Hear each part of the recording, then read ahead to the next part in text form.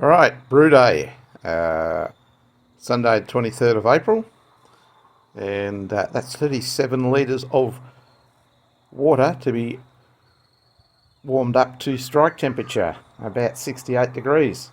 The last one I did was a little bit low on the mashing and it was a little bit thin, so I'll just take it up a degree or so. I'm just putting in like a trivet at the bottom of the pot, because when I put my bag in, and if I have to warm it up, I don't want the bag touching the bottom, so this sort of stops that issue, because I've had a bag break before because it got too hot. So that's what I'm doing now. Okay, you can see it in there, tied with a bit of string, so when I start to boil I can pull it out. So there you go. I'll get back to you. I'll start measuring some temperatures and getting the bag set up. Yeah, there's my temperature probe. The mash water is 46.4. If I give it a bit of stir, it might actually go up. There we go, slowly going up. Just have to stir it up. Yeah. So when that gets about 68 degrees, I'll shut it off and put the bag in.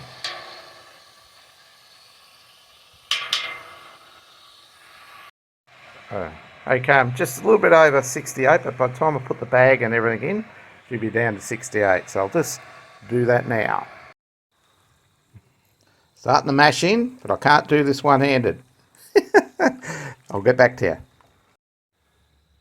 you. Pretty well spot on. So, time to put the lid on and wrap it up. Okay, that's all wrapped up. I've got some foam around it and a blanket on top. And I'll leave it for half an hour.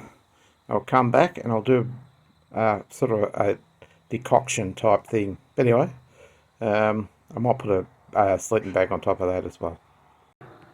Just for those interested, that is the malt bill. Okay. So, German Pilsner, a bit of Munich, a bit of Vienna, and a bit of Carapils. So, and I also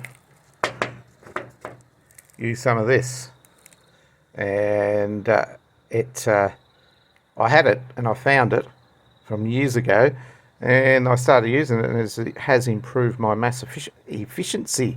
So I don't know if it's actually doing anything. It might be the change in water or whatever, but no harm in trying, and it's there, so I might as well use it. That's it set up with the sleeping bag on top as well. So another 20 minutes. This is my basic setup, which I put the blanket and the other over. But anyway, I'll get stuck into what I'm going to do. Rightio. After half an hour, she's pretty well spot on. Yeah, I'm going to now do a bit of a decoction mash. I'm going to get some of the mash with the strainer out and put it in there, and then take it back to the stove and heat it up for 10 minutes. There you go. I've got about a bit over 2 litres of pretty thick mash. That's why I use a strainer to get rid of the liquid. Being brewed in a bag, it's a pretty thin mash. So let's go and put it on the stove. I'm just stirring this so it doesn't stick to the bottom, and I've got it up to the basically boiling, and I'll just simmer it there for about 5 minutes and put it back in the mash.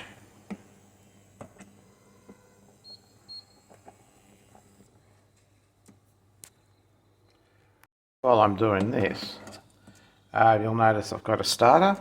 I've got Lallemand Diamond, because this is a lager, and I made that on Friday night. So I'm the human stir plate. That's all I do. I walk past it every now and again and give it a stir. Yeah, so that by tomorrow when I'll pitch the yeast, that'll be fine. I'll put that in the fridge probably tonight, and we'll decant the top bit off and use the bottom yeast. It'd be a lot more than you'd get in a packet, and the packet was expired. So it's a good way to use expired yeast is to make a starter and invigorate it. So there's plenty of yeast in there. It's been very vigorous in its fermentation over the last 2 days. Anyway, I'm getting close to this. Putting it back in. It's got to cool down a bit. I'm on an induction stove, so I'm on 6 at the moment. But the P function gets it up the temperature really quick. So anyway, there you go. I've put it back in. It actually raised the temperature up about a degree or so, which is good. And I'll do another lot at mash out, so probably about 20 minutes. For the mash out, I have to raise the temperature, but slowly, otherwise you'll burn the bag. Pretty close to the mash out. I'll leave that for 10 minutes and get my elaborate system out where I can pull the bag out. Okay, it's time to pull it out. This is my expensive system, this brute strength. But as I'm doing this on my phone, I don't have a holder. You won't see that. I've got some nice big gloves, rubber gloves, but pretty well heat resistant.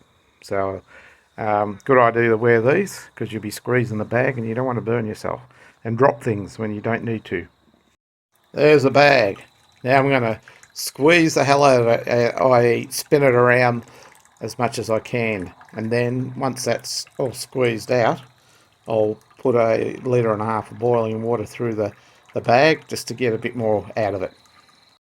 When I say squeeze the bag, this is what I mean. I've spun it, and I just keep on squeezing it with both hands, and I'll be almost ready to go. I tried to take a video of the refractometer, but I couldn't. But it's reading 1038 for a pre-boil gravity, which is pretty good. It's getting ready for a boil. See all the dead millipedes. A bit of a problem at the moment. Hopefully the gas bottle will last, but if it runs out, I've got one on the caravan. So yeah, there we go. Okay, she's boiling. So it's time to put the first hop additions. 50 grams of SARS for an hour. Wait, I've got them in a hot bag. Like that. So I'll just give it a bit of a whatever, and I'll tie it on. Now the trick is here is when you do the hot bags, don't tie the bag up. Put a bit of used string, because otherwise it's a bugger to undo them. Yeah. Okay, 45 minutes into the boil. I have Well-Flock tablet and some yeast nutrient. Probably don't really need it, but I've got it, so I might as well use it.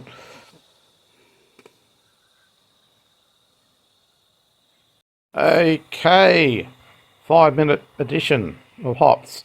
So it was an hour at SARS of 50 grams, and the other 50 grams out of a 100 gram pack is at 5 minutes, and the SARS are at 4.6 alpha acid, so a good a high alpha acid actually for SARS, usually a bit lower. So yeah, I'll put it in and for 5 minutes, and then I'll turn the heat off.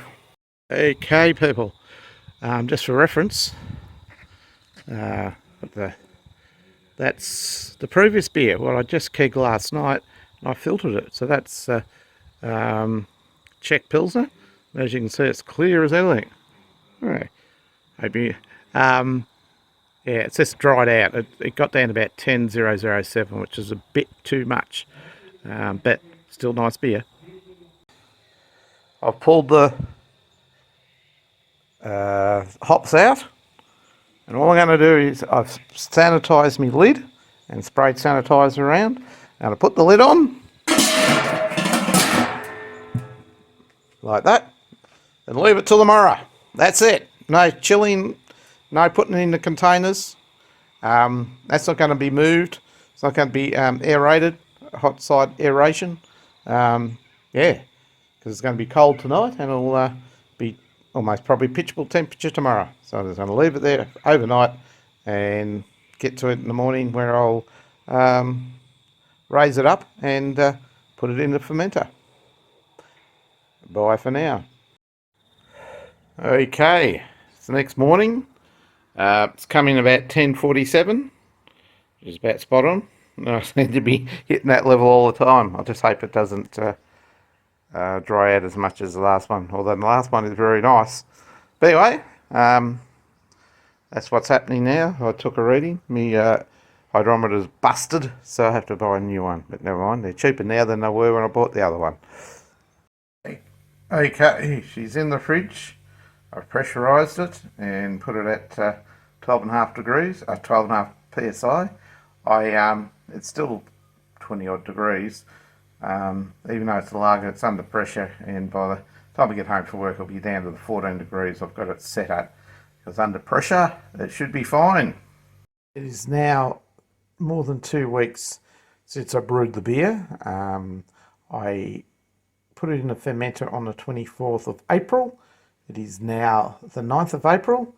In that time, it was fermenting at 14 degrees under 12.5 pounds of pressure.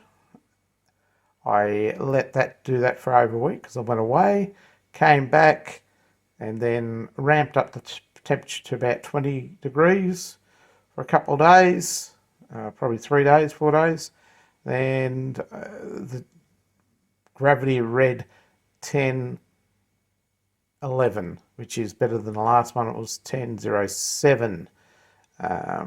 Tasted all right. Now it's lagering, and it'll lager here until I'm ready to keg it.